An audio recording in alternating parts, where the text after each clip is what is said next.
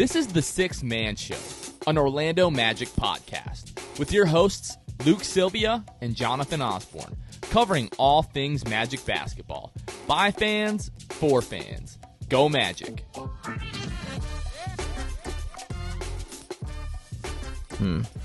What's going on, Orlando Magic fans? You guys are back with the Sixth Man Show. Today is July 7th, 2022, the day of Paolo Banchero's Summer League debut for the Orlando Magic. Jonathan Osborne here, as always, joined by my co-host Luke Sylvia. Luke, what's going on, bro? Not much, man. Just ready for this summer league action. We got, we got a little bit, early before Vegas. We got some of the Utah summer league, so nice to see basketball already on the screen, and then we have this long drought until really preseason before we can see it again. Yeah, I was looking at that today. Summer league starts tomorrow, and I think it's 11 days. So we've got basically the second half of July, all of August, all of September, most of October before preseason really kicks off, and then you have training camp and the regular season starts. So this is our least favorite time of the year, where again it's 3 solid months with nothing to talk about. I think I looked. We have something like 30 shows in between now and the start of the regular season. And I was bro, that's so disappointing. Yeah, it really is. I don't know how we're going to get through it, but we always get through it. We're going to try to set up some guests and whatnot over the course of the next several weeks. Probably some repeat guests from early in the off season. Now that so much has happened and there's so much more to talk about. But yeah, definitely be on the lookout for that. Luke, I'm excited for today, man. I'm excited to see Paolo in Summer League. We've got some other young, exciting guys on the Summer League roster. We'll talk about that in just a moment. But how are you feeling about Paolo's debut tonight? It's exciting. You get a part of being the number one pick and a top pick. Really, is that in Summer League they make sure that you go against the other top picks.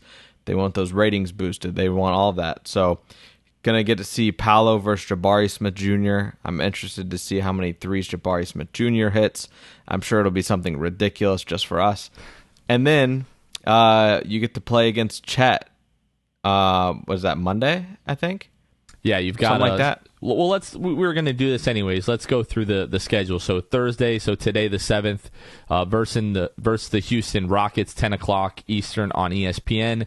Then Saturday, July 9th, you play the Kings at 4 o'clock Eastern on ESPN. Monday is July 11th versus the Thunder at 9 o'clock on ESPN. That's the most that we've been on ESPN in 3 years, by the way. And then Thursday, July 14th versus the New York Knicks at 7:30 Eastern Time on NBA TV. And then after that, everything is kind of TBD, depending upon the Magic seeding in the Summer League tournament and if they advance. It is so stupid that we play at 10 p.m. That is so dumb. I know someone's got to, but that is so stupid. What's funny is it's actually the first game of Summer League, so it's not we're the late game that day. It's the very first game of the Las Vegas Summer League tonight at 10 o'clock Eastern, which is 7 o'clock local if you're in Vegas. But yeah, 10 o'clock on Thursday, 4 on Saturday, 9 o'clock on Monday, and then usually what we're accustomed to, 7:30 next Thursday. So, no back-to-backs for the Magic in Summer League. I know the teams that are playing right now in the Salt Lake Summer League, like the Thunder played what we're recording on Wednesday, so they played on Tuesday and they play on Wednesday. So none of that, but there's going to be practices. Do they play better than a JV high school team tonight? Who do they play? I think so. They're playing the Memphis Grizzlies right before we started recording. The first half ended, and the Grizzlies were down by 5 going into the half. So we'll talk more about Chet Holmgren's debut for the OKC Thunder. Really didn't think we were going to need to have this conversation, but what it means for what Chet Holmgren's debut means for the trajectory of the Magic franchise. Right, exactly. Well, it's become a pretty hot topic of conversation on social media. We'll get into the specifics of that conversation a little bit later, but yeah, super excited. Again, 4 games to start off Summer League, and then there will be the seeding for the tournament. So the Magic I believe, will have at least one game more than that. I think they'll probably at least play a total of 5. I think everybody makes the tournament. The first 4 games, I think, decide like your seeding, and then everybody gets thrown into the tournament. We'll see, where the Magic end up there. But let's talk a little bit about the Orlando Magic Summer League roster. I don't feel the need, Luke, to really go through the entire roster. I think you and I have talked about this it's a big roster, but I think the roster is really set for the Magic. The official signing of Gary Harris and Mo Bamba and Bol Bol. We still have Terrence Ross on the roster. I mean, the Magic are sitting at 15 guys on the roster right now. So, I mean, yeah, there's still some wiggle room there if you want to sign somebody like to a 2-way contract, or you're going to move somebody or waive somebody and sign someone else. There's always room for that kind of stuff. But for the most part, we know what the Magic's roster is going to be on opening night. Most of these guys, apart from the guys that we're going to highlight, are playing really for Exhibit 10 contracts, maybe a training camp invite, or potentially even like a contract with the Lakeland Magic, later on in the year. But as we look at the Summer League roster for the Magic, the 4 guys that I really want to talk about, obviously Paolo Banchero, Caleb Houston, the 2 rookies that the Magic drafted a few weeks ago, Devin Kennedy, and then RJ Hampton. Luke, where do you want to start? Who do you want to talk about first? Easy one to talk about here, RJ Hampton. Let's talk about him. What do you think? I think this is great. I think that it's something that is much needed. I think it shows initiative for RJ. Someone basically alluded to the fact on Twitter, like, I can't remember, but essentially saying like they were surprising the Magic front office would do this, would play RJ Hampton and ask him to do this or whatever it was.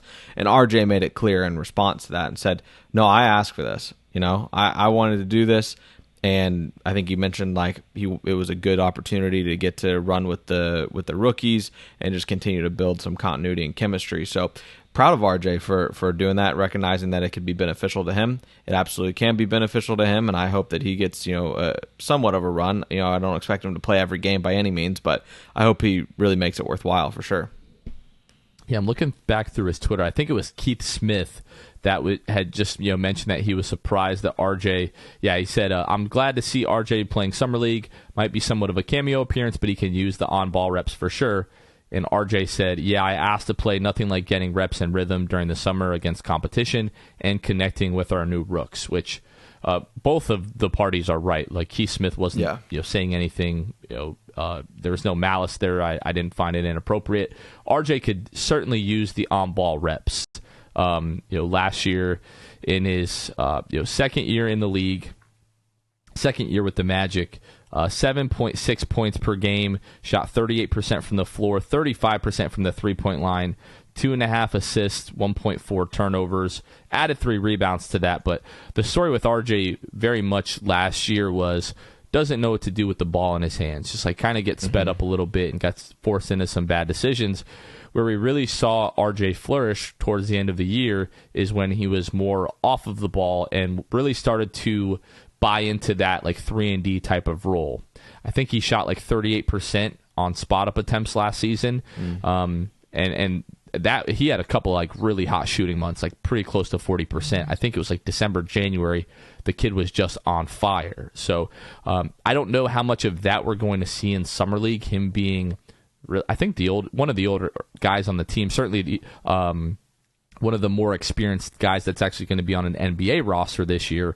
We'll probably see him with some on-ball reps in Summer League, I would imagine, but I can't help but feel like his long-term role in the NBA, if he really buys into it, is going to be like the 3-and-D. He's developing as a defender. We've seen a lot of potential on that end, and we've seen the potential as a catch-and-shoot three-point shooter. The off-the-dribble stuff, maybe he'll evolve that and improve that over time. But if he is going to be a rotation guy, for the Magic, especially this year, I think he's totally got to be invested in that 3-and-D role and really, flourish in that. Yeah, and you look at RJ and what it means. Like, Jonathan, you ever played against guys that just aren't as good as you?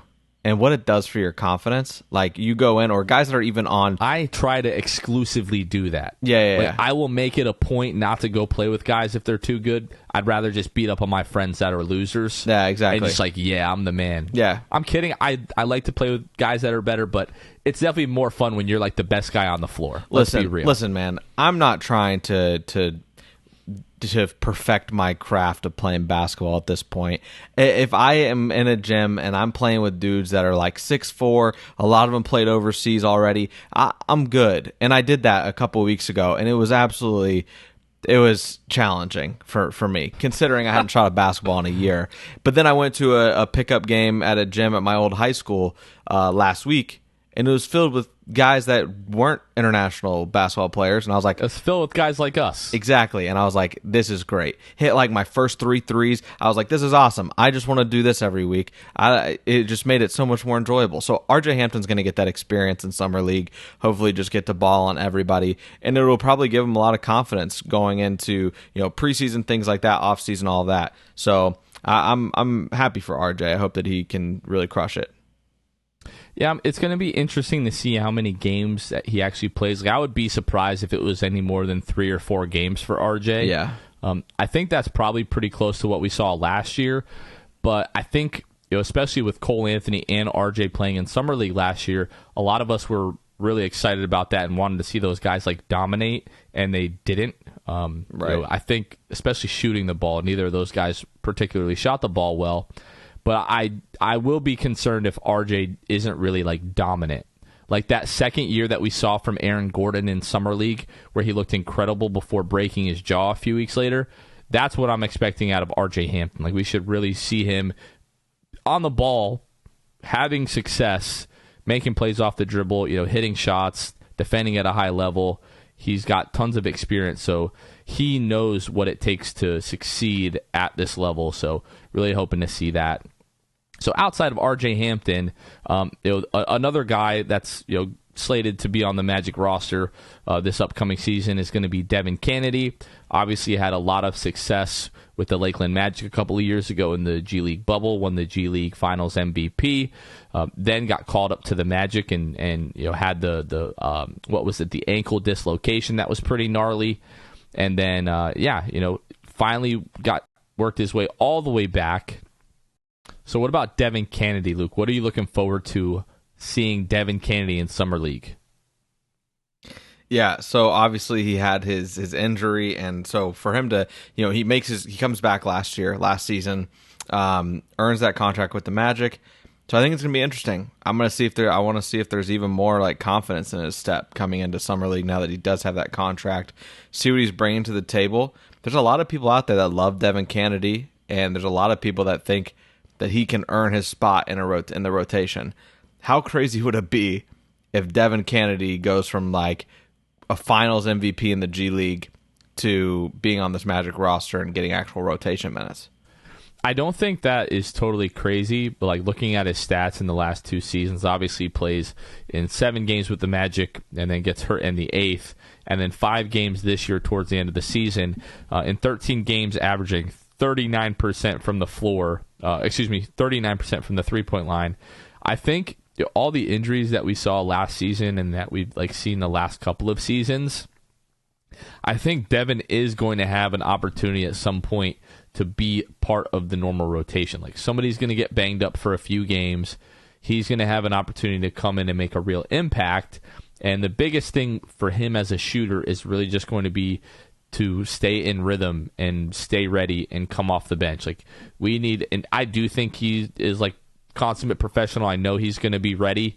So that's going to be really big for the Magic. Like you said, it's going to be great to see how much, his game has kind of grown and, how much more confidence he has now. And in this kind of atmosphere, you can try things that you wouldn't normally try in an NBA game. So I don't know, maybe we see a little, Devin Kennedy on the ball and, putting the ball on the floor, but just excited, like you said, to see the confidence, but see what he can bring to the roster, because he probably most likely is going to be on the active roster. If I had to put my money on it, he's got the contract guaranteed for this year at this point. I don't know why we keep saying this. He's going to be on the roster, but I do think at some point this year he's going to have a real opportunity to make an impact on this team. And we talk about, the playoffs and everything like that. Playoffs is really all about, matchups and how you match up against other teams. So who knows if the Magic are really hurting for shooting in a playoff series. If that happens in the next couple of years, maybe we see Devin Kennedy get some run. You see guys get on the floor that you didn't really think would get on the floor during a playoff series, and then you also see guys sitting the bench that you thought were going to be a bigger part of a playoff series. So I think Devin Kennedy is going to have all the opportunity, to make a real impact on this team at some point. And then obviously the last two guys that we're going to talk about on the Summer League roster, Paolo Banchero and Caleb Houston. We've talked about Paolo at length. What do you think of Caleb Houston? I'm hoping and I'm manifesting that Caleb Houston is going to get put on people's radar just because he's playing in a game with the number one pick in Paolo Banchero. You're playing against the guys like Jabari and Chet in general. Obviously, he will not be, necessarily on those guys, but he'll be playing in the same vicinity as them, playing on the same team as that number one pick for the Magic. I think if he lights it up, I think he's going to get some actual attention, whether that be over Twitter or national media, whatever it might be. Because like you've talked about and you've touched on, right? Like we've seen him light it up on big stages and did it in March Madness, I believe it was that you said, or was it I believe it was March Madness, right? That you were talking about it. And Michigan Colorado versus State. Colorado State. Yep. Yeah. So you have these sample sizes that think like it's not crazy to think like Caleb Houston could really add some shooting to this roster. Just like you said about Devin Kennedy, I think Caleb Houston has a very good shot of earning some minutes here down the road. Team gets in a pinch, they've got maybe a couple guys out. I'm really hoping that guys like Caleb Houston and Devin Kennedy are in the rotation because of how great they are, not because of injury. But nonetheless, if it comes down to it, I know Caleb Houston will also be ready. Have gotten nothing but great energy from him. And during his interviews, I think he's got a great personality. We know he can shoot. It was 36% from three on like something crazy like 7 attempts a game or 5 attempts a game in college. So, he's got it. So hopefully he can show something in Summer League and that'll pour over to the regular season too. And just a correction on Devin Kennedy. So he signs, the 2-year deal.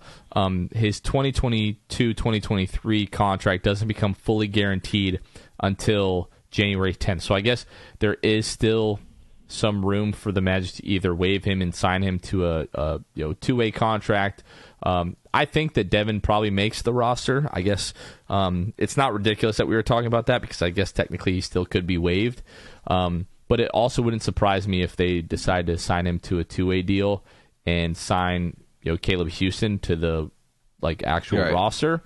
But it also wouldn't surprise me if Caleb Houston is one of our two-way guys next year and gets some run in Lakeland, and then just over the course of the next couple of years, you kind of develop him until you feel like he's ready to be part of the active roster. So also looking really forward to Caleb Houston. I feel like maybe we haven't talked about him enough, but 6'8" wing guy really seems like he has the tools to put it together to become a good shooter. The percentages in college, I think it was 35%, didn't totally illustrate that. But it's going to be interesting to see his growth, like you said, from the NCAA tournament. Now, practicing with the Summer League roster, and he's going to play in Summer League. My guess is that we probably see Caleb Houston start.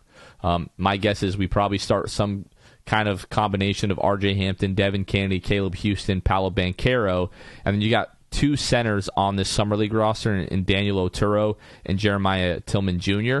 So it's going to be interesting to see which one of those guys kind of gets the start at the 5. But just going down this roster, I'm seeing a lot of guys born in 2002, 2001, 1996, 1995, and we've really got to the point where I'm older than all of these guys, coming into the league or trying to get into the league. If my dreams of making it to the NBA weren't already crushed, it just becomes a little bit harder each year for me to swallow that, and the fact that I'm just kind of getting older, as time goes on. So speaking of older, Jonathan, this is what I want to add to this conversation here, and tying back into the Devin Kennedy, Caleb Houston, that sort of thing. That in those talks, do you know how old Devin Kennedy is? I don't know. If I could take a look here and I could tell you. No, I know. I just want you to guess. So he is, what is that, 24? 26. Really? Oh, I can't do math. 96. Yeah, he's 26. So, what an idiot. So he's not 26. Devin Kennedy. Right. So he's 26. So all I'm saying is if this front office thinks that Caleb Houston and Devin Kennedy are on maybe the same playing field, you know what I mean? Like you know what I'm getting at here? I would rather Caleb Houston. You think if it's close, they go with the upside versus Devin Kennedy? I feel like you have to. And as much right as it now, seems like I feel like it's not going to be close. I feel like Devin Kennedy is right now the better shooter. And if you're bringing one of those guys, like it's to be a shooter off the bench, I think. Yeah, and we'll see. And as much as summer league is not the end all be all, I am very interested to see kind of. It is good to gauge like the ceiling or upside of some players, just by certain things like their 3-point shooting, the volume at which they're shooting, the percentages. I'm very interested to see kind of how they track together in terms of Devin Kennedy and Caleb Houston.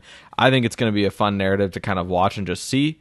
So we'll see. But I just wanted to bring that up because I'm sure a lot of people don't know that Devin Kennedy is 26. So I didn't know that. I knew he was a little older. I didn't know he was quite 26. I also can't do math. You kind of put me on the spot there. I tried to do 1996 to 2022, and I completely blew that. But you bring up a great point, and I think that's going to be something to watch. Whether it's Devin Kennedy or Caleb Houston that ends up on the active roster. If I had to bet right now, I'm probably going Devin Kennedy. But if they are close, like right. Not that you're saying that, but if they are, I could totally understand why they would kind of go with the upside swing in Caleb Houston versus Devin Kennedy, who's 26 years old. So because if they didn't like Caleb Houston, Jonathan, like if they weren't like very convinced that Caleb Houston could be a guy on this roster at some point here soon, they trade that pick. Either they trade the pick, or they might have already. They might have already signed him to a 2-way contract if that was the case. Mm-hmm. If they were just so totally convinced that Devin Kennedy is the guy they want on the roster, then maybe we see Caleb Houston already signed to a 2-way contract. Right. So I don't know. Don't really know what's going to happen. I think you're right. It's definitely something that we're going to have to monitor and keep an eye on. Mm-hmm.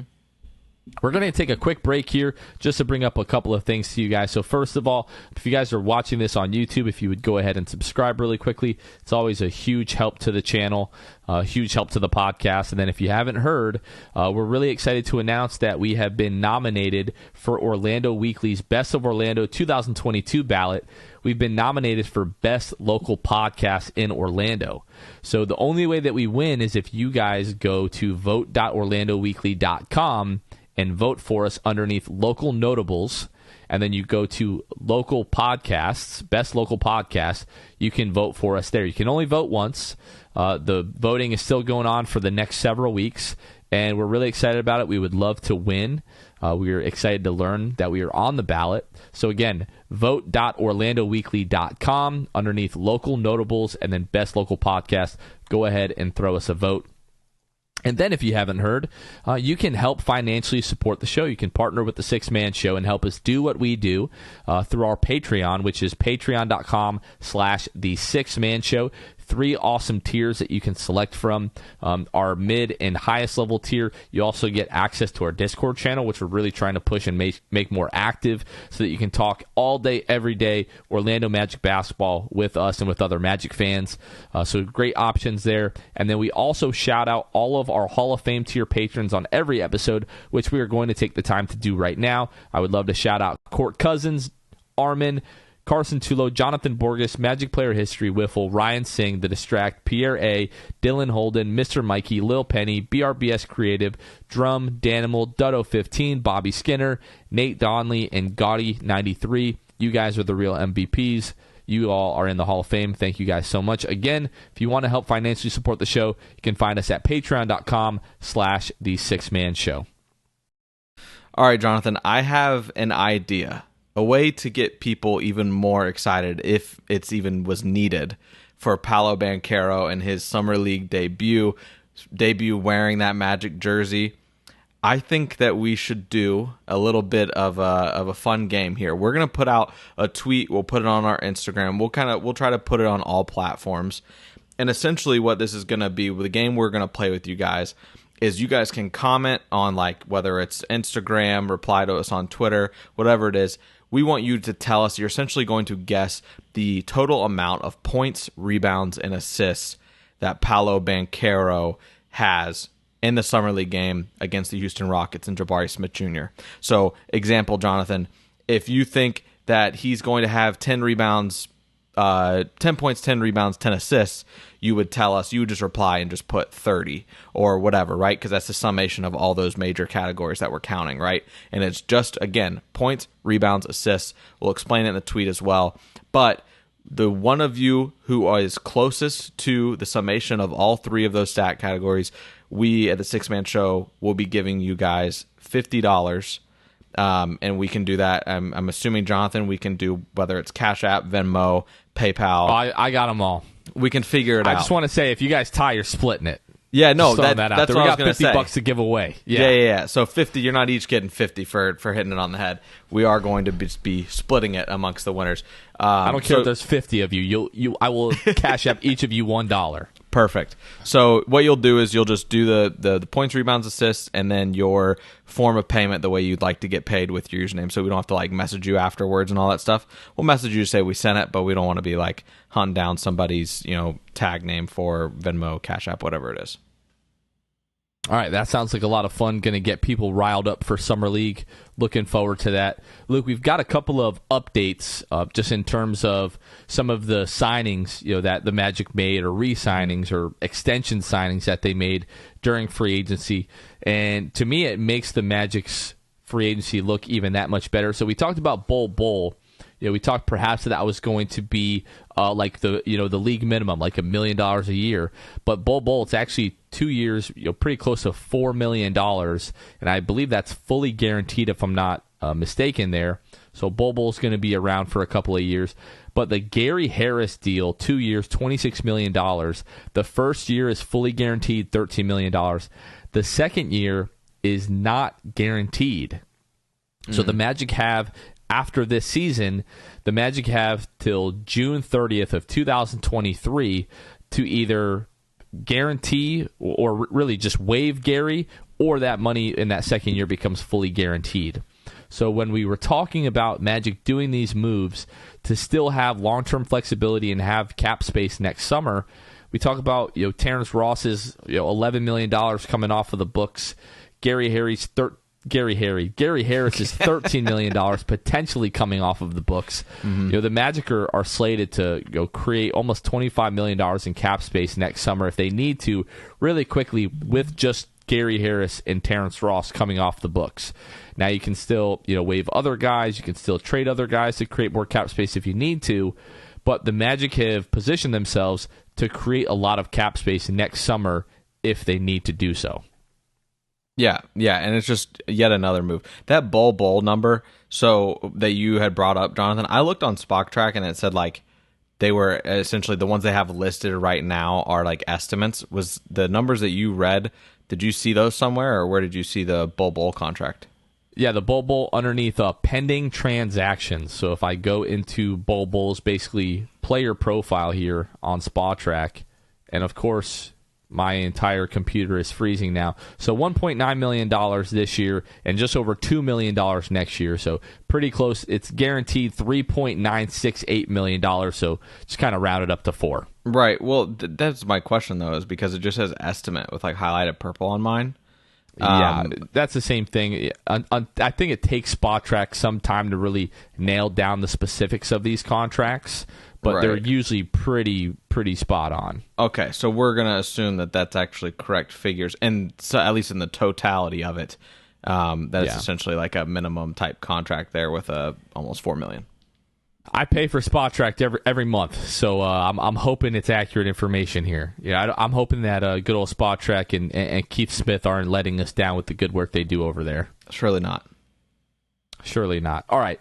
The last thing that Luke and I are going to touch on here, and I really can't believe that it's even become a thing we've had to have the conversation, is Chet Holmgren in his Summer League debut with the Oklahoma City Thunder on Tuesday night looked incredible. I think he ended the night with like 23 points, like 6 blocks. I think it was like 7 rebounds, something like that. He hit 4 of 5 from the 3-point line. Looked incredible defensively. Just looked exactly how we knew Chet Holmgren could play at this level, which is why we were okay if he was going to be the number one pick for the Orlando Magic. He was not. It ended up being Paolo Banchero, and we're super excited about Paolo now. But the amount of panic that I saw last night on social media, especially on Twitter, that the Magic have now effed up this pick, that we should have taken Chet, that this pick is going to haunt us for the next 10 years, whatever the case may be. I just need to remind everyone that it is Summer League. And although Summer League can be indicative that a guy is going to have a lot of success in the league, the opposite can also be true. And Luke has some stats for us that he's going to bring up in just a moment. And let's also not forget that sometimes a guy can look terrible in Summer League and still be great in the league in their rookie year. We have to look no further than Franz Wagner. We talked about last year during Summer League that Franz was in the right spots a lot of times. He wasn't making mistakes. The ball was just not going through the net.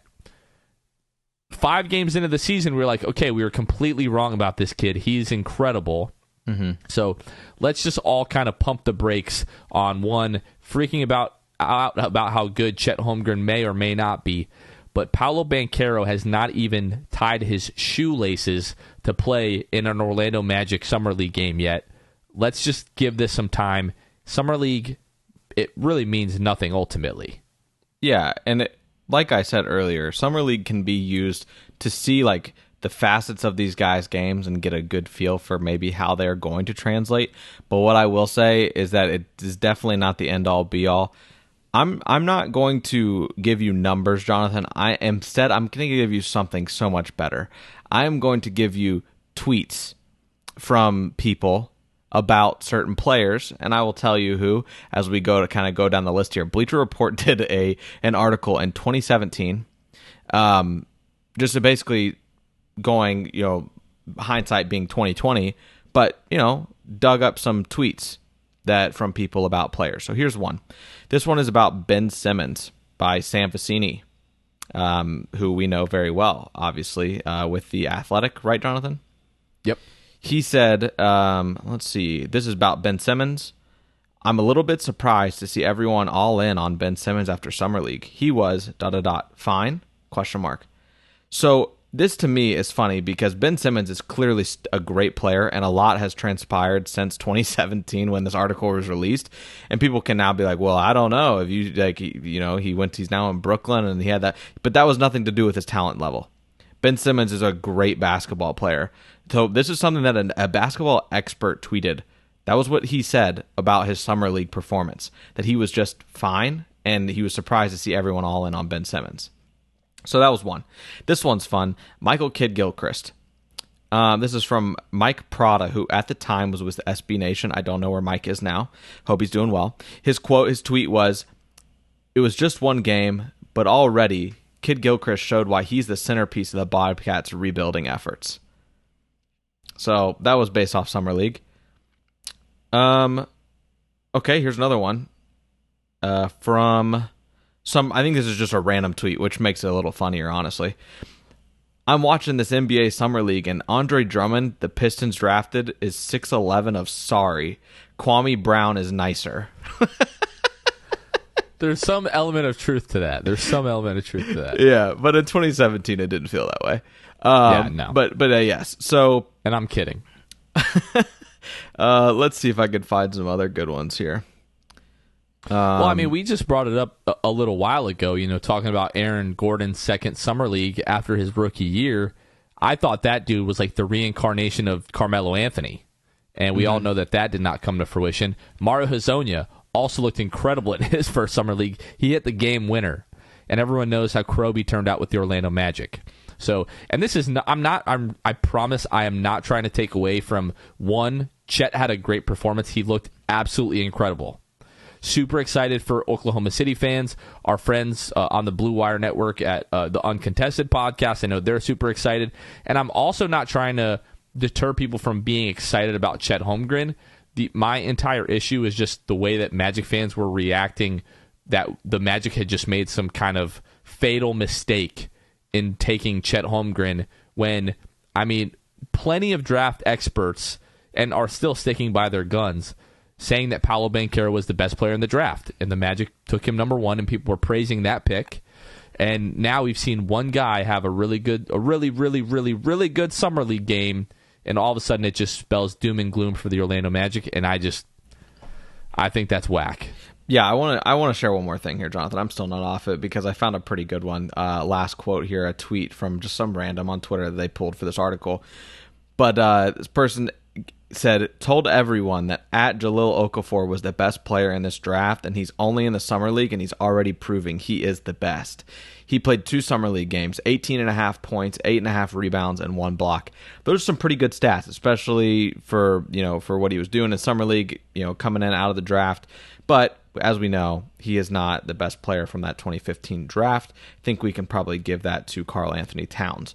So yeah, that was my last quote there. Obviously, like you said, not taking away from Chet and his performance. Chet, I would not be surprised, and we have said it so many times, if Chet ends up being an all-star, a superstar even. I think it's safe to say that at least 2/3 of those top 3 guys are going to be very great players, probably all-star caliber. So I think it's too early to tell. I think these overreactions are ridiculous. I think, you're just bored in the moment. You want to make kind of just, what it is of the moment. And I think it's incorrect. I think I don't care who you are. It is a really dumb thing to do. It's just weird. Like, it's one thing to be like, I know, like, these people aren't like people who we saw on Twitter in general were not prefacing by like, I know it's Summer League.